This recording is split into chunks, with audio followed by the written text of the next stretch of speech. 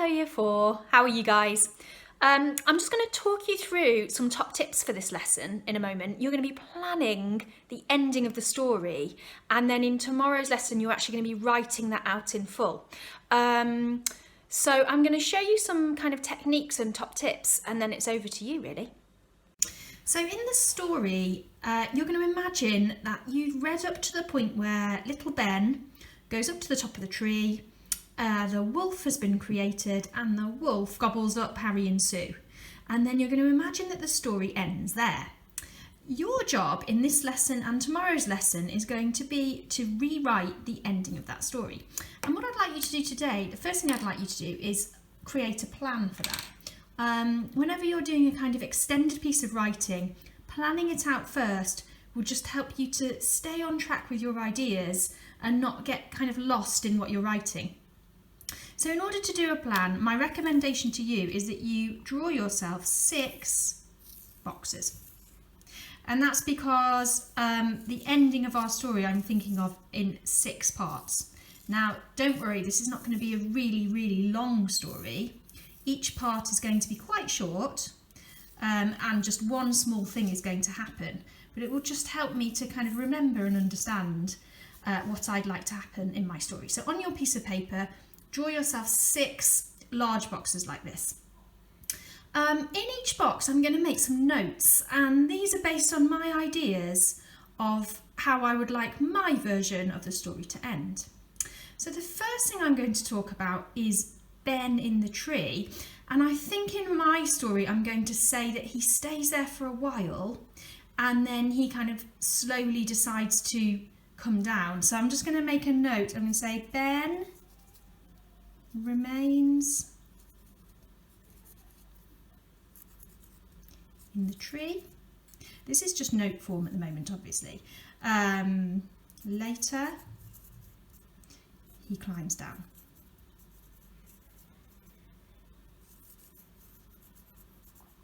Okay, that's the first thing that's going to happen.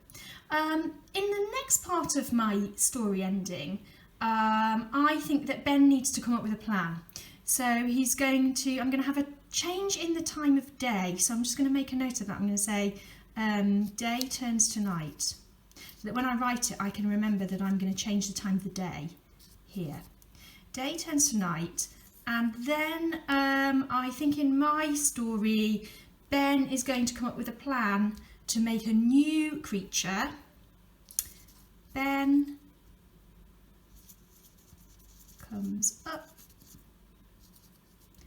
with a plan, and his plan is going to be to create a new creature that can actually eat the wolf.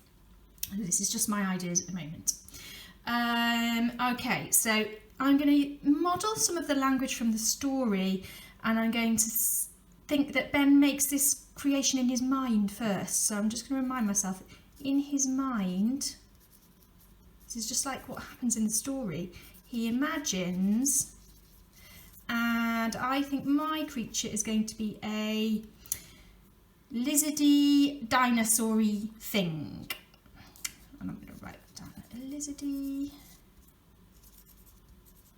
dinosaur-y thing. Okay. Next, I'm going to have Ben create this new creature using things he finds, just like they do in the story, and then he's going to try and get the creature to come alive. So I'm just going to make a note of that. Ben creates creature. He tries to get it to come to life. So I'm happy with this story plan so far. I'm going to imagine that he says it again and again, whatever the thing is that he says to bring it to life, which I'll decide once I'm writing it properly. He says it again and again, and suddenly the beast comes to life. something like that.